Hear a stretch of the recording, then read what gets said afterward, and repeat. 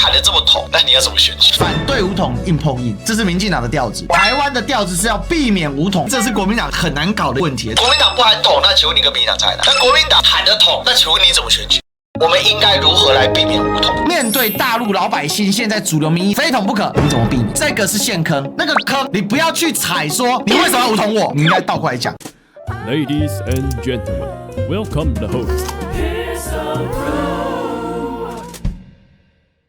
30多年来的台独教改，再加完全去中化的108课纲，已经教出了不止一代天然独。更惨的是，这些天然独它的品德以及竞争力全面下滑。请教是否承诺重建课纲？具体做法是什么？第二，两岸人民交流，尤其学术文化部分，已经被压迫到步步惊心的地步。因为陆委会不断扩大解释《两岸人民关系条例》来威胁百姓，请教是否透过修法确实保障人民交流的权利？第三，统一是中华民国宪法的国家目标，国民党放弃宪法目标了吗？无底线的亲美造成台湾不断被掏空。至于两岸只谈和平不谈统一，那么国民党的独台和民进党的台独又有何不同？如何突破目前无法对话的困境，维持现状？如果没有共同未来的愿景规划，就是一句不被接受的渣男谎言。是否考虑重启国统纲领，促成两岸政府谈判和平统一？否则台湾人还要继续不明不白被耽误多久？基本上完全就是针对统独议题，机关枪连三炸，而且呢还不给维持现状，就是你必须要一个统一的方案，否则直接批评是不是政治渣男？这么凶的吗？这2分钟完全没有半个废话，一个罪字都没有啊！还有提到台独课纲的问题，然后如何跟民进党的台独做区别？你是独台嘛？第三个，你到底有没有统一的打算？我觉得现在中华民国已经114年了，很少看到一个100年以上的国家还有国家认同的问题。为什么这个现象？关键就是在课纲嘛。我们当然是中华民国，但是很多人以为我们的国家叫台湾，包括我们的总统都以为我们的国家叫台湾。他在国庆讲话中间，中华民国只提了2次，台湾提了51次。这最大的罪魁祸首就是民进党，长期以来他们选择性的诠释历史，然后从教科书开始动手脚。所以未来我们要做就是避免我们的下一代被洗脑，课纲是一定要改的。国民党现在在立法院占多数，我觉得要透过我们的教育委员会督促教育部，要求他的课纲委员会一定要有我们有中华民国史观的委员在里头。很遗憾，到现在为止我们课纲没有做具体改变，这是目前我们面对最大问题。刚好我们毕竟重点就回了一个课纲要改，课纲要改，但是怎么改他没有回答。更重要的事情是啊，改了就能迎刃而解吗？这个他没有特别回答。不过整体来讲，他针对欧贵志老师的3个问题，第一个是课纲要不要改，第二个是到底台独跟独台差在哪里，第三个是你的国统纲领要不要恢复。基本上他认为改了课纲就迎刃而解啊，算是有回答到吧。这个欧老师毕竟也是顺着往下问的概念，所以我觉得相当有意思。但是我相信很多人不满，因为具体的做法是什么？我写了大概有10多本书，一直在弘扬我们中华的文化。各位，我不是在讲，我已经在行动。这是我认为我跟所有的国民党现在台面上的人最大的不同。第二点，我当然认为说国家统一要恢复国统纲领。我在我参选声明已经说到了，如果我当党主席，重启国统纲领作为中国国民党的核心纲领。我也谈过，有3个事情是没有办法回避的。我们的宪法是一中宪法，最后是终极统一。那么欧老师谈到的第3个，我们的立法院当然要想办法废掉现在影响人民自由往来的以国安为名的一些法律，这是我们立法院一定要做的，还给人民一个两岸交流自由的空间。算是有直球对决到。不过国民党主席最大的问题还是他必须要带领选举了。你喊得这么统，直白讲啊，那你要怎么选举？这个是一个最大的问题。所以其实这是国民党现在很难搞的一个问题，就是说国民党不喊统，那请问你跟民进党差在哪里？那国民党喊了统，那请问你怎么选举？张老师确实做了很多，但是传播的范围有限，这个是对于国民党来说最大的问题啊，就是你传播的有限，他写这些书的影响力到底在哪里？这是一个关键。有关于课纲的改革势在必行，我认为这是国民党不能够推卸的非常重要的任务跟使命。的确，把我们期待的年轻人因为错误狭隘的史观，因此对于国际、对于两岸限缩了我们年轻人正确的认识。其实现在的青鸟真的不能够代表台湾的年轻人，所以我们希望中华文明的璀璨瑰丽，我们文化历史的底蕴，对于台湾的学子来讲，应该是资产而不是毒药。我认为我们可以开创更美好的未来。那么两岸难道永远的维持现状吗？其实，在一个动态发展的过程当中，大家都知道这是不可能的。但是未来不能够由任何一方片面的改变现状，道理非常的清楚。如果现状要改变，必须是和平的，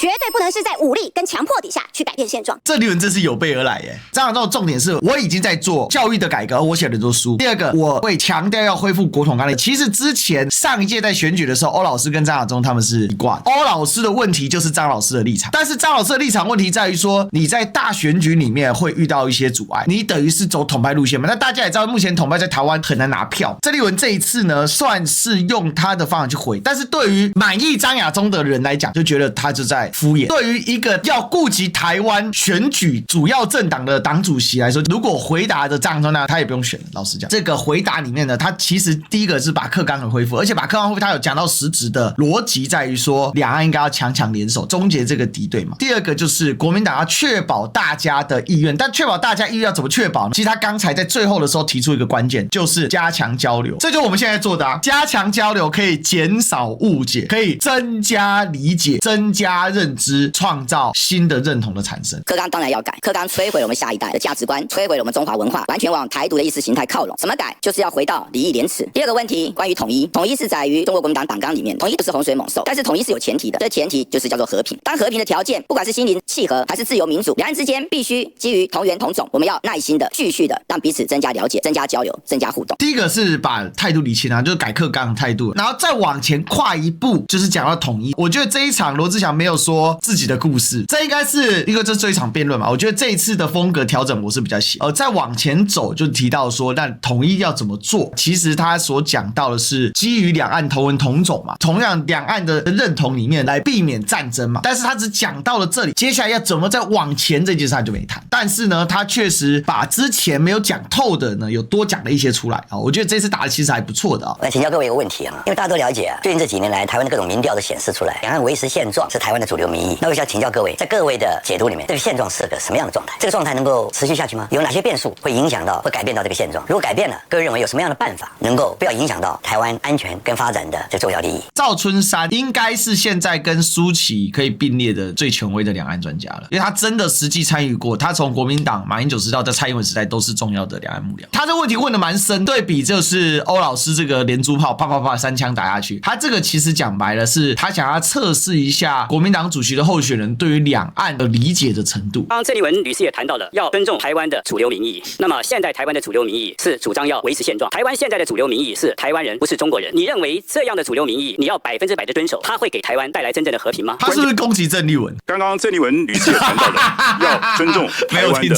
但是在关键问题的时候又全部都闪躲了，不只是郑丽文同志，其他人其实也是都在闪躲。我的看法，现状早就已经不再维持了。以前我们当兵4个月，现在当兵12个月，请问还有现状吗？各位，现状早就已经被改变，那一种所谓的希望维持现状，只是民进党在想逃，国民党在想避，两个党加在一起就变成了逃避。逃避是不可能解决问题的，怎么去破除这个困境呢？唯一的方法，我们要两岸关系要进取。看得出张亚中的目标还是郑丽文。那另外有一个点，张亚中想要证明自己这么多年来强调两岸必须要融合这件事情呢是正确的，因为张亚中有个两岸和合论，他的意思是你们都在闪避，而我是直球对决。可是这里还是一个问题啊，就是在国民党在避，民进党在逃，但问题是当国民党主席你是改变不了民进党，这一点是因为赵春山的问题主要不是说你要怎么样在现状改变之中来做什么，而是他更大的想要问你是你理不理解这个现状的改变是什么样的因素。我觉得赵春山是希望国民党党主席，他没有去为难国民党党主席候选人，他更多是想要考大家，国民党党主席他需要理解到两岸的现状的状况是什么。台湾现状是极度危险的，我们正在走向战争，也同时走向掏空。由于民进党仇中反中的操作，事实上背叛了中华民国宪法，两岸之间兵凶战危，无以复加。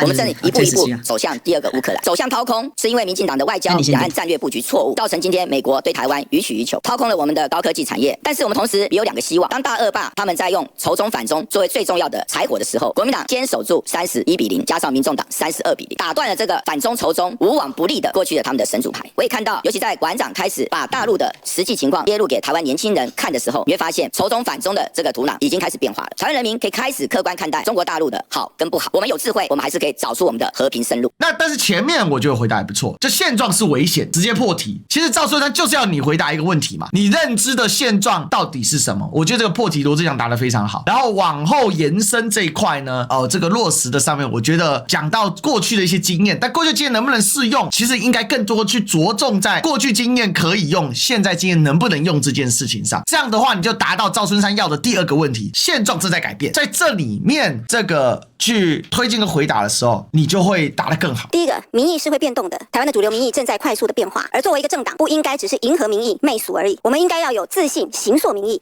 哇，这句话国民党没几个该讲啊！国民党最喜欢说我尊重民意，他说干民进党每天在领导民意啊，创造民意啊，用千鸟洗民意啊，但国民党永远在尊重民意，然后就被人家洗。这句话蛮屌的啊！然后现状是受到民意所改变嘛？我们要能够凝聚台湾的主流民意，而这个台湾的主流民意是符合中国国民党的信仰跟理想，这样才是一个有志气的政党。第二，维持现状，维持现状，所有的事情都是在变动中的发展。大家的疑虑是什么？赵教授的疑虑是什么？其实很简单，就是不希望是在违背台湾人民的意愿底下改变现状。我们不希望是被强迫的，我们更不希望是因为战争付出了惨痛的代价，而让台湾人民对我们的未来毫无主动跟主宰权。这就是我刚刚为什么一而再再而三的强调，两岸关系不能够片面的改变现状。这句话其实就是告诉大家，未来很有可能现状是会改变的，但这个改变的过程我宁愿相信大家能够共好双赢，我宁愿相信我们带来的是正向的思考，而不是负向的互相毁灭。这就是为什么我们一定要彻底的排除武力干戈相见的可能性，这是中国国民党最重要的任务。接下来坚定的避免武统，不是反对武统哦，反对武统你要硬碰硬，这是民进党的调子。台湾的调子是要避免武统哦，这是一个比较新的论述哦。其实这东西我们谈都很多了，但是就主要的政治人物来说，避免武统的说法，某种程度上啊，馆长那天就是踩到这个陷坑里面。避免武统跟反对武统是两种不同的概念。什么是避免武统？就是你要怎么做来面对大陆老百姓现在主流民意上他的底线是武统，非统不可，底线武统，你怎么避免？这个是陷坑，这个在主流政治人物真的很少谈到这个问题。其实等于是坦诚了对岸的强度。阿管之前都讲的蛮好的，就是阿管上次跟那个武统派吵架哦，他就踩到那个陷坑里面去。那个后来我不是做了一集在讲这个事情，那个坑你不要去踩说你为什么要武统我，你应该倒过来讲，我们应该如何来避免武统。两岸的对话交流，彼此增加的了解，才能够让两岸共同的未来能够得到台湾人民的接受，台湾人民的尊重，台湾人民的意愿必须100%的被尊重跟保护。必须100%被尊重跟保护的前提是要增加对岸的理解。台湾人应尊重大陆14亿同胞的民意，共同谈论未来。在这状况之下，台湾人反对未经台湾人参与的状况之下，片面改变现状。